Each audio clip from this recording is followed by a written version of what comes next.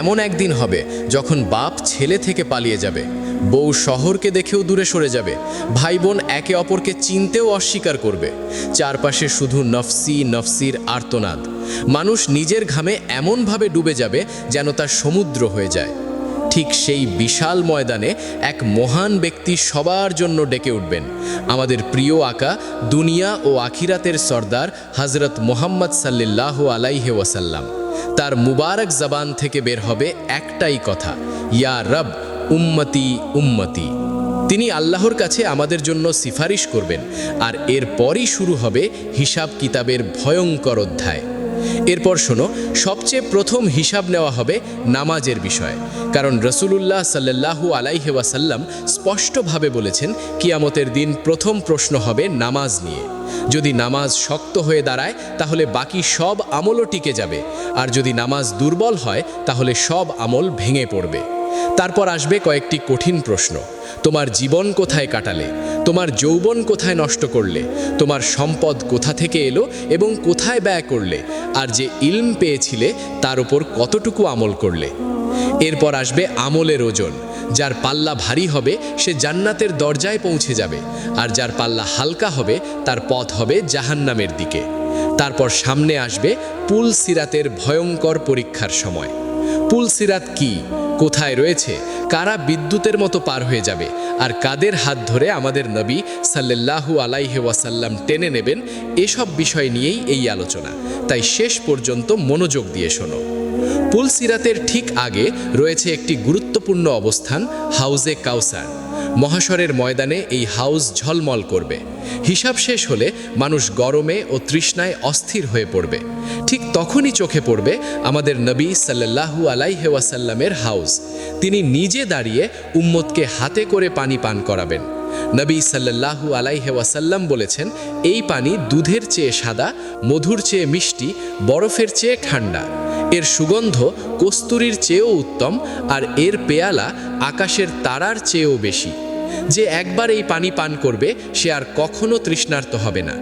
রিবায়েতে এসেছে, নেককার বান্দারা পুল সিরাত পার হওয়ার আগেই হাউস থেকে পানি পান করবে, আর কিছু মানুষ গুনাহের কারণে পুল সিরাত পার হওয়ার পর পান করবে, যাতে পুল সিরাতের কষ্টে তাদের গুনাহ ঝরে যায় এবং এরপর তারা হাউজের পানি পান করে প্রশান্তি পায়।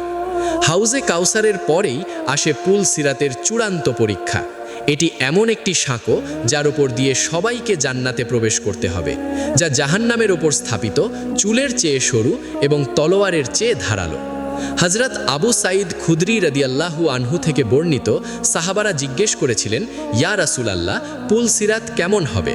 তখন তিনি বলেছিলেন, এটি এমন জায়গা যেখানে পা পিছলে যাবে, সেখানে থাকবে কাঁটা ও আঁচড়, নজদের টেরা সাদান কাঁটার মতো ভয়ঙ্কর। মুমিনরা এই পুল সিরাতের উপর দিয়ে পার হবে, তবে সবার গতি একরকম হবে না।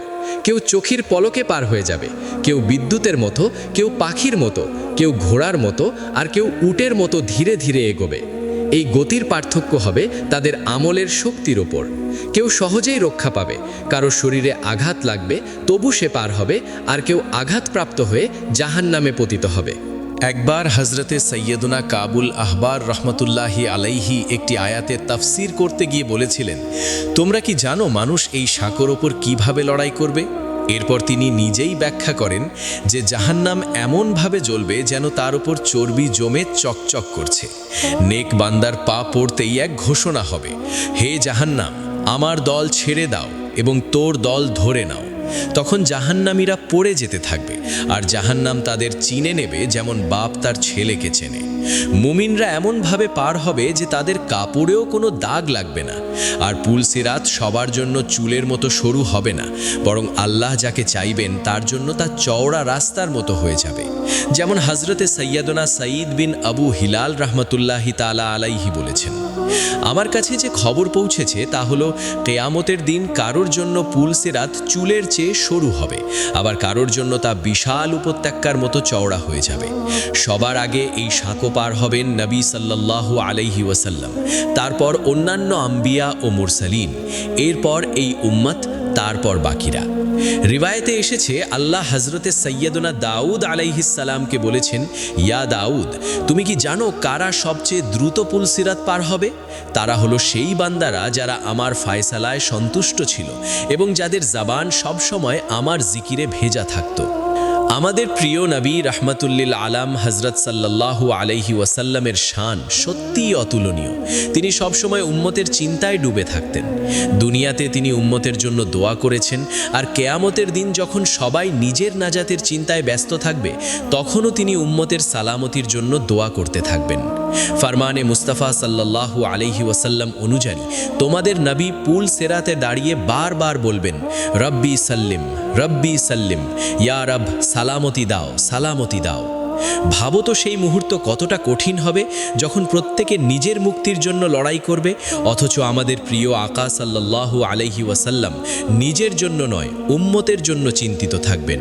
তখন ফেরেশতারাও বলবে, ইয়া আল্লাহ, তাদের সালামতির সঙ্গে পার করিয়ে দাও। আর এটাই সেই মহান মর্যাদা যা আল্লাহ তার মাহবুব সাল্লাল্লাহু আলাইহি ওয়াসাল্লামকে দান করেছেন। তিনি তো সারাপা রাহমত এবং শাফিউল উজমা। সত্যিই তার দোয়া ছাড়া কেউ পুল সিরাত পার হতে পারবে না। যারা গুনাহের কারণে জাহান্নামে পতিত হবে, তারা সেখানে কিছু সময় কঠিন আযাব ভোগ করবে, নিজেদের গুনাহের শাস্তি পাবে এবং আমলের পূর্ণ বদলা নেবে। এরপর যখন তারা পাক ও পরিষ্কার হয়ে উঠবে, তখন আল্লাহ তার অসীম রহমতে তাদের জাহান্নাম থেকে বের করে জান্নাতে প্রবেশ করাবেন। সেখানে তারা চিরকাল শান্তি, আরাম ও সুখে থাকবে, আর আল্লাহর বেহিসাব রহমত চারিদিকে ছড়িয়ে থাকবে।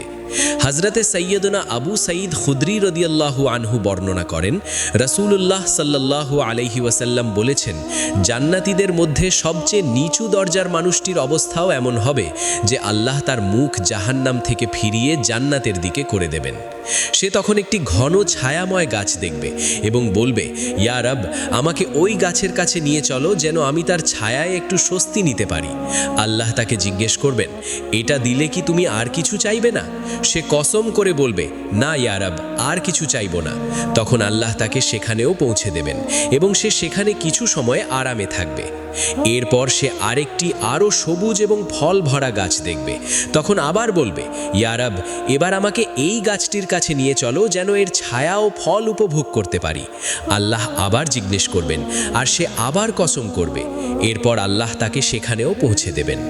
কিছুক্ষণ পর সে আরেকটি গাছ দেখবে যার পাশ দিয়ে পানি প্রবাহিত হচ্ছে। তখন সে আবার অনুরোধ করবে, ইয়া রব, আমাকে এই গাছটির কাছে নিয়ে চলো যেন ছায়া, ফল আর পানি সব একসাথে পাই। আল্লাহ তাকে জিজ্ঞেস করবেন, এটা দিলে কি আর কিছু চাইবে না? সে কসম করবে। তখন আল্লাহ তাকে সেখানে পৌঁছে দেবেন। এরপর সে জান্নাতের দরজা দেখতে পাবে এবং চিৎকার করে বলবে, ইয়া রব, অন্তত দরজার কাছে নিয়ে চলো যেন এই রঙিন জান্নাত একবার চোখ ভরে দেখি। আল্লাহ তাকে দরজার কাছে পৌঁছে দেবেন।